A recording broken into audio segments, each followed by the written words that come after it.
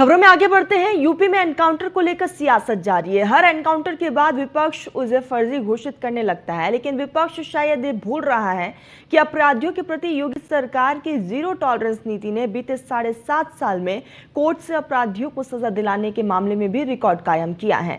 खासकर महिलाओं के खिलाफ अपराधों में तो जितनी तेजी से इस सरकार में काम हुआ उतना पहले कभी नहीं हुआ। एक स्पेशल रिपोर्ट दिखाते हैं।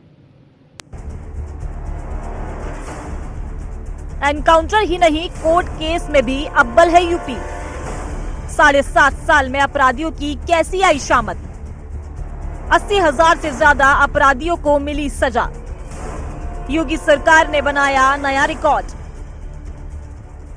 यूपी में हर एनकाउंटर के बाद विपक्ष का लाउड स्पीकर शुरू हो जाता है कि एनकाउंटर फर्जी है। वोट बैंक के तुष्टीकरण में अब विपक्ष ने लक्ष्मण रेखा भी लांघनी शुरू कर दी है। ज्यादा वक्त नहीं हुआ जब एक लुटेरे के एनकाउंटर पर समाजवादी नेता उसके घर पर आंसू बहाने चले गए थे। और अब ताजा मामला बहराइच हिंसा से जुड़ा है, जहां रामगोपाल की हत्या के आरोपियों को पुलिस ने एनकाउंटर में घायल क्या किया, विपक्ष का पूरा इकोसिस्टम हिल गया।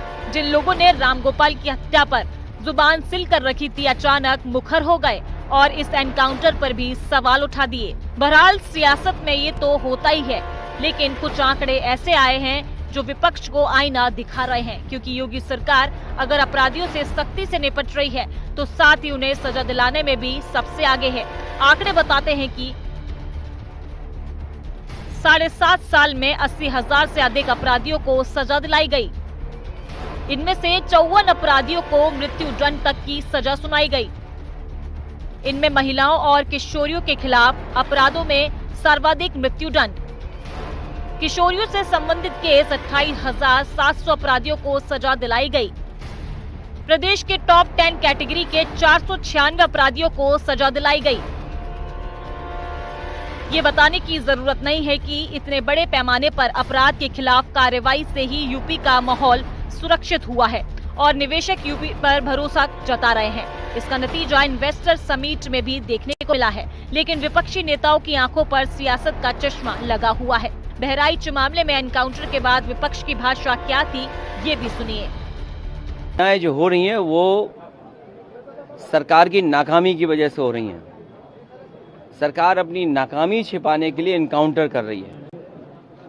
एनकाउंटर, नई परिभाषा में हाफ एनकाउंटर और भी कई परिभाषाएं जो सरकार ने बनाई हैं।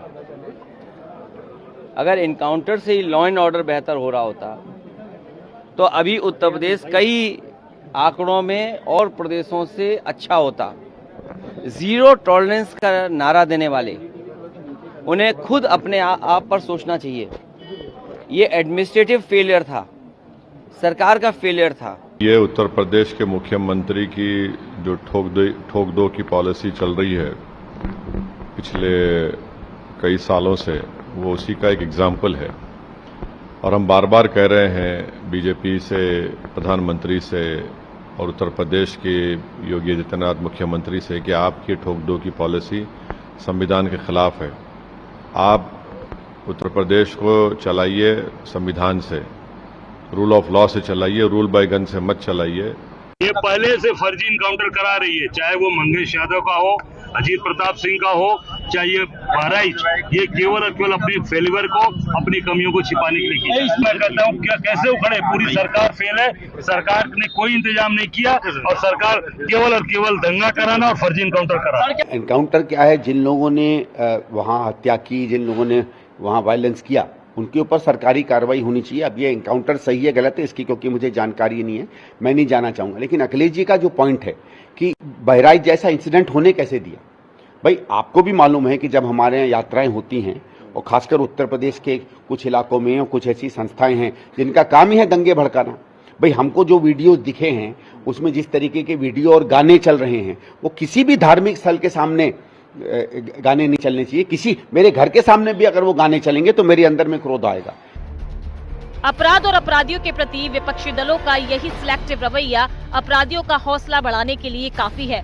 उदाहरण के लिए जिस तरह मंगेश यादव के परिजनों ने सियासी श्रेय के बाद एनकाउंटर पर सवाल उठाए थे, बिल्कुल वैसे ही बहराइच मामले में घायल आरोपियों के परिजन भी सवाल उठा रहे हैं। सवाल उठता है कि आखिर संगीन गुनाहों में शामिल लोगों को मंच देकर विपक्ष को सिर्फ वोट हासिल करना है। ऐसे लोगों के लिए आईना है ये आंकड़े, जो ये बताने के लिए काफी हैं कि योगी राज में अपराधियों को उसी भाषा में समझाया जाता है जो भाषा वो समझना चाहते हैं। Bureau report, news 1 India.